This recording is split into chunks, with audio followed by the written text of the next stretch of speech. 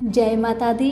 मेरे सभी प्यारे दोस्तों, मैं लक्ष्मी शर्मा बड़ों को चरण स्पर्श, छोटों को प्यार और बराबर वालों को दिल से नमस्कार करती हूँ।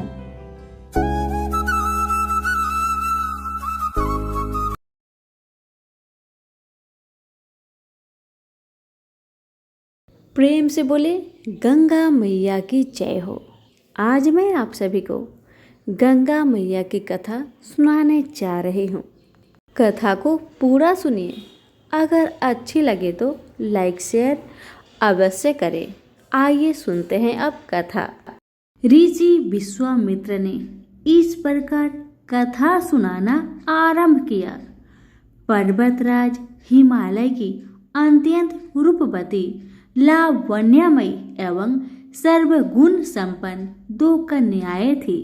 सेमरू पर्वत की पुत्री मैना इन कन्याओं की माता थी। हिमालय की बड़ी पुत्री का नाम गंगा तथा छोटी पुत्री का नाम उमा था। गंगा अत्यंत प्रभावशाली और असाधारण देवी गुणों से संपन्न थी।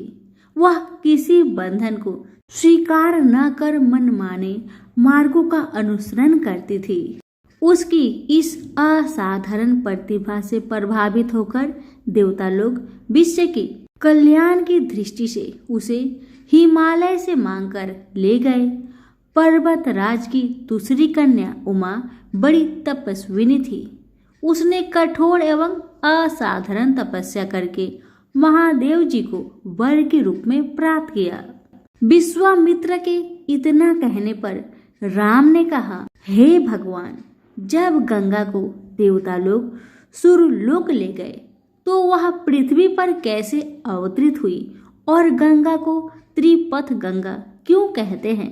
इस पर ऋषि विश्वामित्र ने बताया, महादेव जी का विवाह तो उमा के साथ हो गया था, किंतु 100 वर्ष तक भी उनके किसी संतान की उत्पत्ति नहीं हुई। एक बार महादेव जी के मन में संताप उत्पन्न करने का विचार आया। जब उनके इस विचार की सूचना ब्रह्मा जी सहित देवताओं को मिली तो वे विचार करने लगे कि शिव जी के संतान के तेज को कौन संभाल सकेगा। उन्होंने अपनी इस शंका को शिव जी के सम्मुख प्रस्तुत किया। उनके कहने पर अग्नि ने यह भार ग्रहण किया और परिमाण स्वरूप अग्नि के समान महान तेजस्वी स्वामी कार्तिकेय का जन्म हुआ। देवताओं के इस षड्यंत्र से उमा के संतान होने में बाधा पड़ी तो उन्होंने क्रोध होकर देवताओं को श्राप दिया कि भविष्य में वे कभी पिता नहीं बन सकेंगे। इस बीच सुरलोक में विचरण करती हुई गंगा से उमा की भेंट हुई।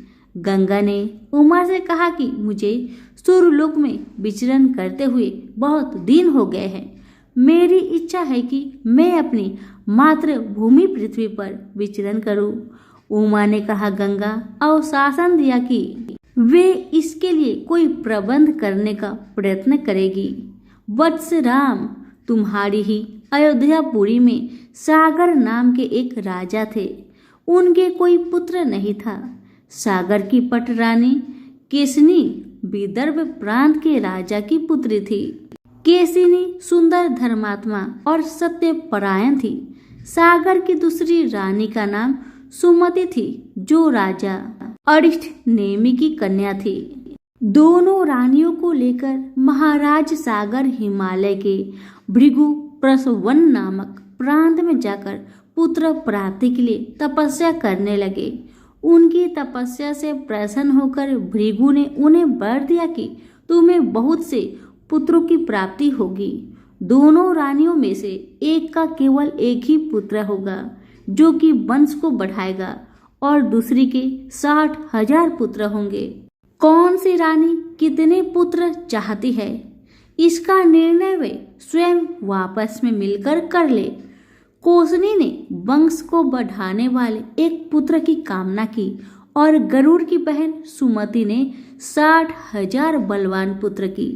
उचित समय पर रानी कोसनी ने असमंजस नामक पुत्र को जन्म दिया। रानी सुमति के गर्भ से एक टुम्बा निकल, जिसे फोड़ने पर छोटे छोटे 60,000 पुत्र निकले। उन सबका पालन पोषण घी के घरों में रखकर किया गया। कालचक्र बीतता गया और सभी राजकुमार युवा हो गए। सागर का ज्येष्ठ पुत्र असमंजस बड़ा दुराचारी था और उसे नगर के बालकों को सरयू नदी में फेंककर उन्हें डूबते हुए देखने में बड़ा आनंद आता था। इस दुराचारी पुत्र से दुखी होकर सागर ने उसे अपने राज्य से निर्वासित कर दिया। असमंजस के अंशुमान नाम का एक पुत्र था। अंशुमान अत्यंत सदाचारी और पराक्रमी था। एक दिन राजा सागर के मन में अश्वमेघ यज्ञ करवाने का विचार आया। शीघ्र ही उन्होंने अपने इस विचार को कार्य रूप में परिवर्तित कर दिया। राम ने ऋषि विश्वामित्र से कहा, गुरुदेव, मेरी रुचि अपने पूर्वज सागर की यज्ञ कथा को विस्तार पूर्वक सुनने में है। अतः कृपा करके इस वृत्तांत को पूरा पूरा सुनाइए। राम के इस तरह कहने पर ऋषि विश्वामित्र प्रसन्न होकर कहने लगे, राजा सागर ने हिमालय एवं विंध्याचल के बीच की हरी भरी भूमि पर एक विशाल यज्ञ मंडप का निर्माण करवाया।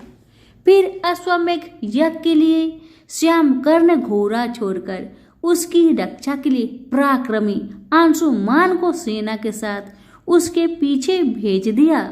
यज्ञ की संभावित सफलता के परिमाण की आशंका से भयभीत होकर इंद्र ने एक राक्षस का रूप धारण करके उस घोड़े को चुरा लिया। घोड़े की चोरी की सूचना पाकर सागर ने अपने 60,000 पुत्रों को आदेश दिया कि घोड़ा चुराने वाले को पकड़कर या मारकर घोड़ा वापस लाओ। पूरी पृथ्वी खोजने पर भी जब घोड़ा नहीं मिला तो इस आशंका से कि किसी ने घोड़े को तय खाने में न छुपा रखा हो, सागर के पुत्रों ने संपूर्ण पृथ्वी को खोदना आरंभ कर दिया।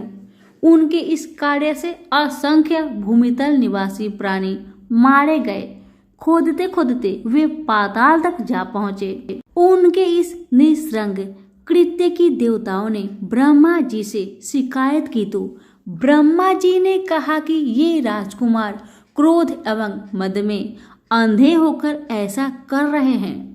पृथ्वी की रक्षा का दायित्व कपिल पर है, इसलिए वे इस विषय में कुछ न कुछ अवश्य ही करेंगे। पूरी पृथ्वी को खोदने के बाद भी जब घोड़ा और उसको चुराने वाला चोर नहीं मिला तो निराश होकर राजकुमारों ने इसकी सूचना अपने पिता को दे दी। रुष्ट होकर सागर ने आदेश दिया कि घोड़े को पाताल में जाकर ढूंढो। पाताल में घोड़े को खोजते खोजते वे सनातन वासुदेव कपिल के आश्रम में जा पहुंचे। उन्होंने देखा कपिल देव आंखें बंद किए बैठे हैं और उन्हीं के पास यज्ञ का वह घोड़ा बंधा हुआ है। उन्होंने कपिल मुनि को घोड़े का चोर समझकर उनके लिए अनेक दुर्वचन कहे और उन्हें मारने के लिए दौड़े। सागर के इन कुकृत्यों से कपिल मुनि की समाधि भंग हो गई। उन्होंने क्रोध होकर सागर के उन सब पुत्रों को भस्म कर दिया। जब महाराज सागर को बहुत दिनों तक अपने पुत्र की सूचना नहीं मिली तो उन्होंने अपने तेजस्वी पौत्र अंशुमान को अपने पुत्रों तथा घोड़े का पता लगाने के लिए आदेश दिया। वीर अंशुमान शस्त्रों से सुसज्जित होकर उसी मार्ग से पाताल की ओर चल पड़ा जिसे उसके चाचाओं ने बनाया था। मार्ग में जो भी पूजनीय ऋषि मुनि मिले उनका यथोचित सम्मान करके अपने लक्ष्य के विषय में पूछता हुआ उस स्थान तक पहुंच गया जहां पर उसके चाचाओं के भस्मीभूत शरीरों की राख पड़ी थी और पासी यज्ञ का घोड़ा जल रहा था। अपने चाचाओं के भस्मीभूत शरीर को देखकर उसे बहुत दुख हुआ। उसने उनका तर्पण करने के लिए जलाशय की खोज की, किंतु उसे कहीं जलाशय दिखाई नहीं पड़ा। तभी उसकी दृष्टि अपने चाचाओं के मामा गरुड़ पर पड़ी। उन्हें सादर प्रणाम करके अंशुमान ने पूछा कि बाबा जी, मैं इनका तर्पण करना चाहता हूँ। पास में यदि कोई सरोवर हो तो कृपा करके उसका पता बताइए। यदि आप इनकी मृत्यु के विषय में कुछ जानते हैं तो वह भी मुझसे बतलाने की कृपा करें। गरुड़ जी ने बताया कि किस प्रकार उसके चाचाओं ने कपिल मुनि के साथ उद्घंट व्यवहार किया था, जिसके कारण कपिल मुनि ने उन सबको भस्म कर दिया। इसके पश्चात गरुड़ जी ने अंशुमान से कहा कि ये सब अलौकिक शक्ति वाले दिव्य पुरुष के द्वारा भस्म किए गए हैं, अतः लौकिक जल से तर्पण करने से इनका उद्धार नहीं होगा। केवल हिमालय की ज्येष्ठ पुत्री गंगा के जल से ही तर्पण करके इनका उद्धार संभव है। अब तुम घोड़े को लेकर वापस चले जाओ, जिससे कि तुम्हारा पितामह का यज्ञ पूर्ण हो सके। गरुड़ जी की आज्ञा अनुसार अंशुमान वापस अयोध्या पहुंचे और अपने पितामह को सारा वृत्तांत सुनाया। महाराज सागर ने दुखी मन से यज्ञ पूरा किया। वे अपने पुत्र के उद्धार करने के लिए गंगा को पृथ्वी पर लाना चाहते थे, पर ऐसा करने के लिए उन्हें कोई भी युक्ति न सूझी।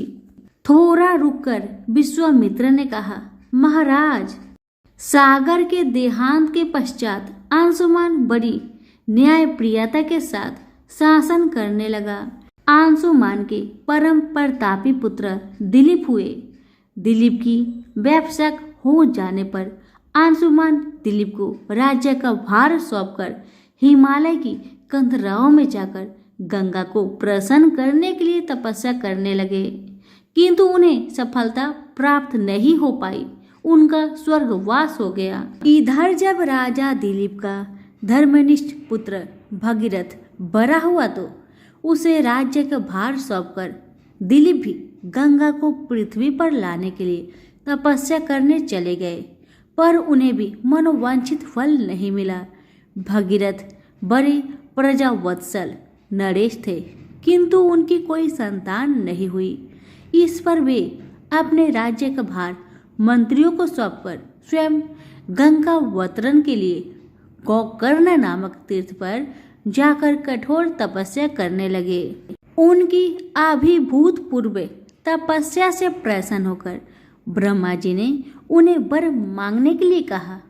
भगीरथ ने ब्रह्मा जी से कहा कि हे प्रभु, यदि आप मुझ पर प्रसन्न है तो मुझे यह वर दीजिए कि सागर के पुत्र को मेरे प्रयत्नों से गंगा का जल प्राप्त हो, जिससे उनका उद्धार हो सके।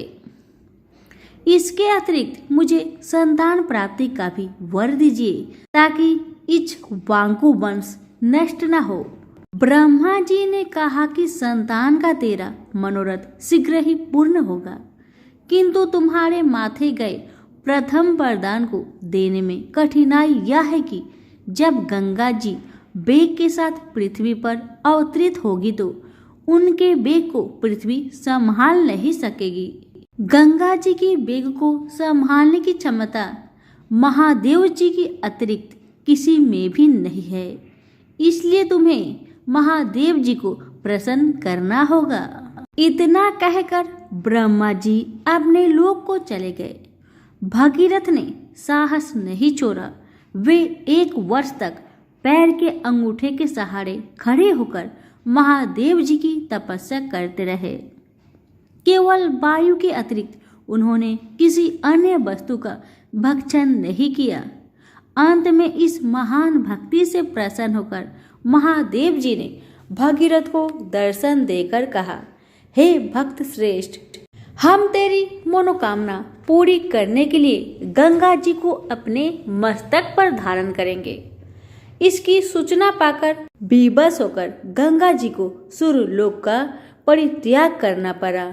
उस समय वे सूर्यलोक से कहीं जाना नहीं चाहती थी, इसलिए वे यह विचार करके कि मैं अपने प्रचंड वेग से शिव जी को बहाकर पाताल लोक ले जाऊंगी। वे भयानक वेग से शिव जी के सिर पर अवतरित हुई। गंगा के इस वेगपूर्ण अवतरण से उनका अहंकार शिव से छुपा नहीं रहा। महादेव जी ने गंगा की वेग गति धाराओं को अपने जटाजूट में उलझा लिया। गंगा जी अपने समस्त प्रयत्नों के बाद भी महादेव जी के जटाओं से बाहर न निकल सकी। गंगा जी को इस प्रकार शिव जी की जटाओं में विलीन होते देख भगीरथ ने फिर शंकर जी की तपस्या की। भगीरथ के इस तपस्या से प्रसन्न होकर भगवान शंकर ने गंगा जी को हिमालय पर्वत पर स्थित बिंदुसर में छोड़ा। छूटते ही गंगा जी 7 धाराओं में बट गई। गंगा जी की 3 धाराएं दाहिनी, पावनी और नलिनी पूर्व की ओर प्रवाहित हुई। सुचक्षु, सीता और सिंधु नाम की 3 धाराएं पश्चिम की ओर बही और 7वीं धारा महाराज भगीरथ के पीछे पीछे चली। जिधर जिधर भगीरथ जाते थे उधर उधर ही गंगा जी जाती थी। स्थान स्थान पर देव, यक्ष, किन्नर, ऋषि मुनि आदि उनके स्वागत के लिए एकत्रित हो रहे थे। जो भी उस जल का स्पर्श करता था भव बाधाओं से मुक्त हो जाता था। चलते चलते गंगा जी उस स्थान पर पहुंची जहां ऋषि जहू यज्ञ कर रहे थे। गंगा जी अपने वेग से उनकी यज्ञशाला को संपूर्ण सामग्री के साथ बहाकर ले जाने लगी। इससे ऋषि को बहुत क्रोध आया और उन्होंने क्रोध होकर गंगा का सारा जल पी लिया। यह देखकर समस्त मुनियों को बड़ा विस्मय हुआ और वे गंगा जी को मुक्त करने के लिए उनकी स्तुति करने लगे। उनकी स्तुति से प्रसन्न होकर जाहू ऋषि ने गंगा जी को अपने कानों से निकाल दिया और उन्हें अपनी पुत्री के रूप में स्वीकार किया। तब से गंगा जाह्नवी कहलाने लगी। इसके पश्चात वे भागीरथ के पीछे पीछे चलते चलते समुद्र तक पहुंच गई और वहां से सागर के पुत्रों का उद्धार करने के लिए रसातल में चली गई। उनके जल के स्पर्श से भस्मीभूत हुए सागर के पुत्र निष्पाप होकर स्वर्ग गए। उस दिन से गंगा के 3 नाम हुए, त्रिपथ गंगा, जाह्नवी और भागीरथी। सभी प्रेम से बोलिए गंगा मैया की जय हो। कथा अच्छी लगे तो लाइक शेयर करना बिल्कुल ना भूले। आप सभी का बहुत बहुत धन्यवाद।